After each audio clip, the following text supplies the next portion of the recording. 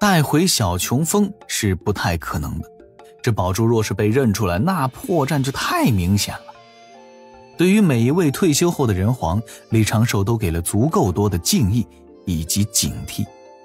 能在昔日成为人族之人皇，各位前辈绝非心思简单的人物。自己今后也不知与火云洞是否还会有交集，大概率还是会有的。云入缥缈间，天风莫阻拦。不多时，中天门遥遥在望，李长寿驾云向前，有兵将向前行礼，验明正身，并仔细地看了一下李长寿的出入玉牒。看着这些天将那一丝不苟的模样，李长寿顿时安心了许多，并为天庭风纪委员华日天点了个赞。登上凌霄宝殿，李长寿功成复命，将得自伏羲前辈的玉牒奉上，由玉帝正式下旨，在南赡部洲推行祭祀天地之事。有李长寿的海神教作为基础，此事起步也不会太难，但在引导凡人祭祀天地的同时，也很容易动道门的香火。此事后面还需要李长寿牵头，借人教的名义与阐教、截教主持教务的大弟子商谈，如此便不会落下天庭不尊道门圣人的口实。这件事李长寿想请大法师出马，如今玉帝陛下的旨意还没能凝成，也不必着急。玉帝陛下的每一份旨意都要折腾个几十上百年。也不知是不是李长寿的海神归位，且龙族得了一小部分低阶神位的原因，天道与天庭的关联更加深切了一些。根据通明殿仙官回禀，玉帝旨意凝成的速度提升了足足1成，总比没提升好。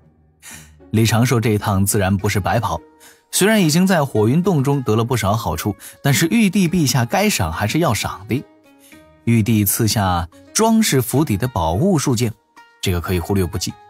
天庭降下了功德少许，也不如上次南海西海荡妖攻城时降下的多。此事算是一个引子，后续还有大批功德可赚。李长寿告请回府候宣，玉帝陛下含笑目送。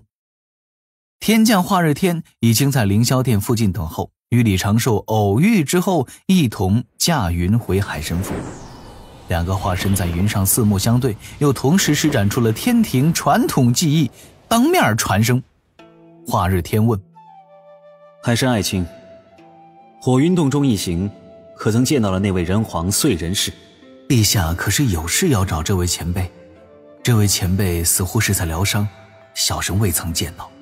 未成天地前，吾曾奉老师之命在凡俗轮回历练，也曾在燧人氏帐下效命。玉帝目光中流露少许的感叹，叹道：没想到到如今他伤势还未能痊愈。李长寿想了想问道：小神冒昧问一句，陛下您如今修为如何？陛下请勿多想，小神是担心。爱卿不必紧张，有这般所问也是情理之中。毕竟爱卿要考虑的事太过繁复。这般说吧，只要吾身处于天庭之中，除非老师与几位师兄师姐亲临，自无人可伤。玉帝的实力果然是深不可测，又有天道之力庇护，更是不同于其他的高手。如此，李长寿也稍微的安心了一些。玉帝又问起对付陆压道人之事，问李长寿可想出什么良策。李长寿最近忙着寻找落宝铜钱，并没有多考虑此事，只能够随便的应下，对玉帝委婉地表达了自己的担心。陆压道人背后很可能站着一位圣人，除非是握住了陆压的把柄，让人无话可说，立即就地灭杀，不然很难除掉。简单来说，难度很大。这对天庭君臣不断的传声商议，一直到了海神府前，华日天才心满意足告辞离开。玉帝陛下对陆压之事颇为上心呢。李长寿笑着挑了挑眉，驾着海神指道人回了海神府。拿出那2样得自于大禹前辈的灵宝。李长寿仔细地思量着，这根定海神针对于他而言最大的作用就是其上的功德之力。想要抽取功德之力并不容易，李长寿也不知道具体该如何操作，只能将这根铁棍暂时收了起来。还真是应了那句我要这铁棒有何用。这水纹图李长寿倒是颇为中意，可他稍作推算，觉得这件宝图对龙族之事似乎还有所帮助，倒也不急着炼制成斗法用的宝物。收起这宝图，准备将心神挪回本体，李长寿的心底才泛起这般明悟。稍后凭此图指引，可分封不少龙族，做那江河湖海的水神，又是一笔可以拿但还没有到手的大功德。心神回归本体，李长寿守在丹炉前，略微的有些出神。若是玉帝陛下能够绕开我这个海神，暗中除掉路牙道人，那就完美了。如此一来，我既不用承担因果，也不会担心被圣人老爷点名，封神劫难也会因此出现少许的变化，起码那个令人闻风丧胆的定头七剑书就能够提前退场。天道有恒，不应存在如此变态的邪术咒法才对。李长寿掐指一算，搜寻了一下自己的记忆。封神故事中，周国一方想办法搞掉赵公明时，是陆压道人拿了定头七剑书给了姜子牙，让姜子牙拜祭，咒死了赵大爷。但是我听闻过的故事传说中，并没有姜子牙付出什么代价的传闻。这大劫之子的契约，封神的大功德，如果结合姜子牙最后的归宿，只是在凡尘之中位极人臣，享受荣华富贵，并没有如李靖、哪吒、杨戬等人了断凡俗之情，去了天庭做正神。可能这里面存在着某种不为人知的因果关系吧。不多想了，先取宝吧。李长寿抬手拍了拍脸颊，让自己打起精神，对着一侧书架上的盒子打了一个响指，招来了一支厚厚的指道人，为他们小心翼翼地注入仙力。寻宝指道人团2次出击。李长寿其实一直有一个问题，自己所知的封神劫难是否会改变？只需要寻找到伏羲大佬为自己占卜出来的命中机缘之宝，看看这个东西到底是不是落宝铜钱，就有可能得出答案。如果真的被他搞到了落宝铜钱，那今后封神劫难必然和自己所知会有所微弱的不同。最有可能是大方向不变，小细节可改。本体在丹房中打坐恢复仙力，李长寿的心神驾着车夫指道人，带着20余只寻宝纸人朝西南方向疾驰而去。向南行6万6，向西走3万3，那直接勾股一下走直线自然是最近的。需要寻找的地标是无首山，也就是没有峰尖的一座大山。这种山遍布洪荒，一次高手斗法就或许能消除不少。指道人施展土遁一路前行，前半程倒是很顺利，走完行程轻轻松松地找到了那座伏羲大佬卦象所显的无首山。但是到了此山附近，李长寿眉头紧皱。此地临近东胜神州与中神州的边界，还是在东胜神州内，方圆千里，妖气冲天，能隐隐约约感觉到几股还算是强横的气息威压。这是何处？我要寻的宝物就在此地。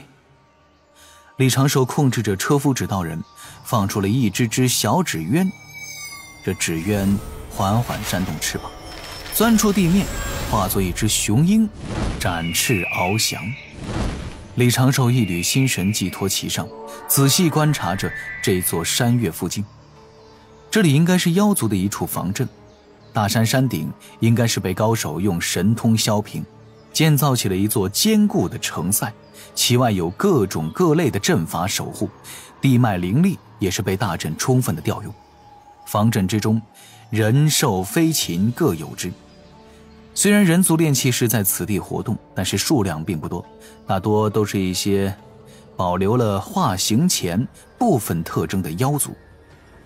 雄鹰破云而上，翻过了这座五手山，寻找到了一条大河，又沿着大河顺流而下，飞了一阵，果然是看到了一处被大阵笼罩起来的山谷，宝物就在此地。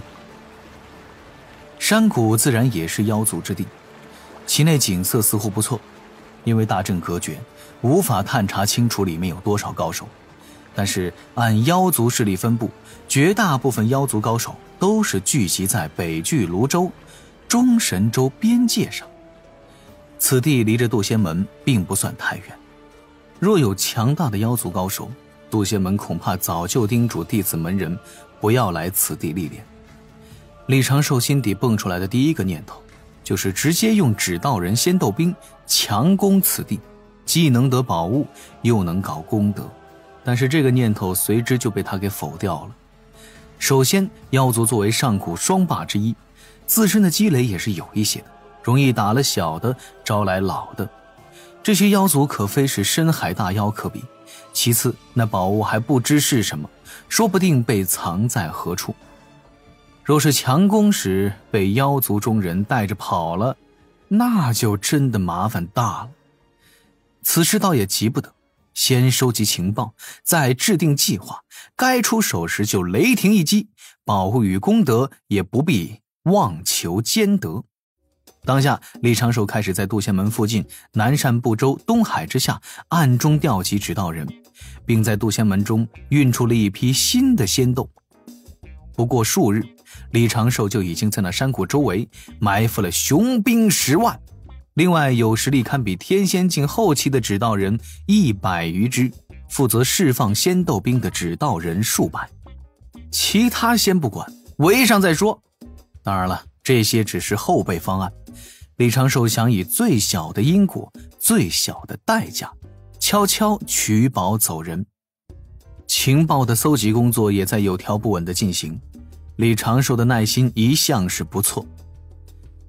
做这些的同时，李长寿在小琼峰丹房中还在同时搞另外一件大事，做几只金仙境指道人。自火云洞回返之后的这几日，李长寿不断地琢磨着伏羲大佬的指点。今日他也算是有了一条完整的思路，做好了尝试的准备。如果能够早日做出金仙境指道人，寻宝自也能够事半功倍。李长寿在心底把改良指道人的新思路完整的梳理了一遍，这次成功的概率也不算太高，顶多呢也就是6-7成，也不知道成品的效果会如何，但是不去尝试就永远没有突破嘛。李长寿打开了这尊漆黑的丹炉，将其内细细的清理干净，又招来了几只背着布包的纸人。几只纸人在木桌上乖乖站好，随着李长寿的心念，纸人们各自拿出一堆堆的药草宝材。伏羲大佬指点的身外化身之法，为李长寿打开了一条全新的思路。自己的指道人为何陷入了瓶颈？难点就在于，当自己金仙境的仙力注入指道人体内，达到一定的量之后，会变得极端的不稳定，不断的走向艺术性自毁。此前自己的思路一直局限于加固指道人、改善指道人的禁制，但是经过伏羲的点拨，李长寿走出了一条新的路。接下来他将尝试给自己的指道人们增加一颗用以稳定仙力的核心，小半仙力注入到仙力核心之中，负责维持指道人总仙力的稳定。在指道人仙力消耗过多时，这小半仙力也可以做应急之用。这事儿说着虽然简单，但这个核心如何炼制，如何实现这般功效，都是一个个先言难题。丹道就成了李长寿首先想到的解决方案。太清无为大道阴阳均衡之法似乎也可以运用其上，结合圣人大道阴阳之理，伏羲大佬给的指点，玄都大法师送的参考神通，还有自己在指导人之法上沉浸多年的丰富经验，没道理还会一无所获。李长寿很快就将一份份药草宝材投入丹炉，开始了指导人核心的炼制之路。半日后，伴随着一声轰鸣，渡仙门东部3000里处，一朵蘑菇云缓缓升起，一座荒山被炸掉了小半。灵豹再现，但是威力明显是小了许多。掌门，最近半个月那灵豹之事又开始了，这次比上次更为频繁。贫道不聋，早就听到了。渡仙门渡仙殿，身着蔚蓝长袍的空虚掌门季无忧掩口咳嗽几声，有些无奈地看着眼前这几位长老。灵豹这事儿他能管吗？自渡仙门周遭开始出现不明原因的灵力扰动，季无忧已经带着各位长老过去探查过许多次，最后与渡仙门长老得出了截然不同的2种结论。渡仙门各位长老一致觉得，这或许是因大地之中灵脉不稳产生的灵冲，或者是有2位高手在这个附近不断的切磋交手，从而搞出了这种动静。但是无论哪种解释都难以让人信服。然而掌门一早就猜到了正确答案，8成是长寿在练就某种大法师传授的大神功。每次灵豹发生的地点都在渡仙门2000里之外，且在不同方向上都会无规律不定时的出现。虽然掌门没有半分证据，但是种种迹象都在佐证他的猜测。